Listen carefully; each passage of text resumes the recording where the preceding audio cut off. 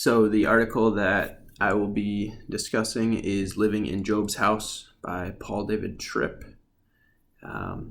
So what we see in this article and kind of what Tripp is arguing for is that suffering as broken people in a fallen world needs to be seen by the Christian in light of eternity. What Tripp does in this article is he first kind of tells a couple stories. The first is of his father crashing his brand new, really nice car. But the second story is a little more touching. It's a man that he counseled whose name was Jack, blind and crippled. Basically, Jack was abused by his parents and neglected and abandoned. But what Tripp does with these two stories at the beginning of the article is he kind of sets up the tone of suffering. Can be seen and noticed by the title, Living in Job's House. We're going to see that, as we all know, Job is a character who underwent a lot of suffering. We'll see that suffering is addressed kind of twofold. One, it's noted in a fallen world, and two, that the only way to kind of alleviate the pains of suffering is to view it in light of eternity. But what Tripp does is he describes a Latin word, and I might not pronounce it correctly, but the word is anomi. Basically, he says that the direct translation for this word is that there's no name for what's going on.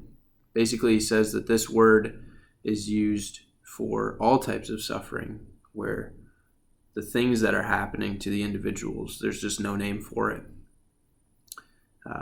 So as I mentioned, this happens as a result of living in a fallen world.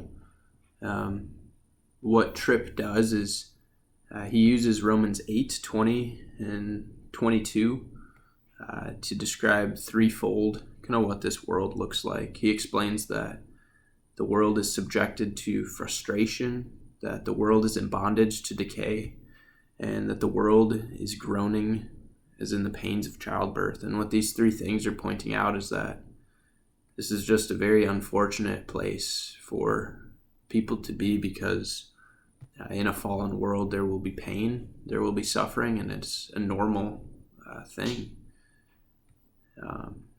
What Paul does, though, is he compares the suffering that we experience now, and as Christians we have hope in Christ, but he ultimately points us to the eternal hope, the alleviation of all suffering that will come in eternity for the believer. He uses two kind of passages to describe this from the New Testament. The first is 1 Corinthians chapter 15. What we see in 1 Corinthians chapter 15 is one of the climaxes of Paul's letter. He talks about the resurrection of Christ. He quotes Paul by saying, if only for this life we have hope in Christ, we are to be pitied more than all men. He then comments on this saying, life cannot just be about the this of this circumstance. He says that if all you have is this, then you can't make any sense out of anything. If all you do is try to rearrange this, you are a pitiable person. If Jesus is just for fixing this, our faith is pitiful. So what he's saying in this is that if we are to just look at our sufferings as they are and just focus on them as they are, we're to be pitied, because if our hope is not something that is eternal, it doesn't bring life, it doesn't give life. He also compares this to a bit longer of a passage, Revelation 7, 9 through 17. But in this passage, we see the throne room of God. We see all the angels standing around, falling on their faces, praising God. the elders of the church there. Basically what we see through this Revelation image and also through the 1 Corinthians passage is that ultimately salvation in suffering belongs to God. That the moments of suffering have a purpose, and that the purpose is to point the believer to Christ.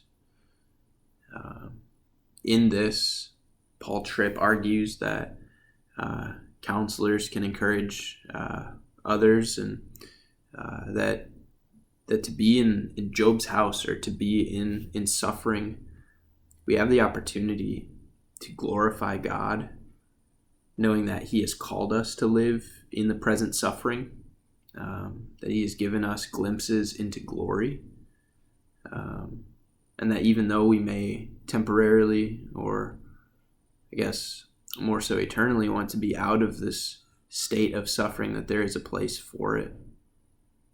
He kind of finishes by saying that suffering must be seen in light of eternity. That this that is right here cannot be all that there is. So for us, the hope is ultimately in the eternity that is given to us by Christ.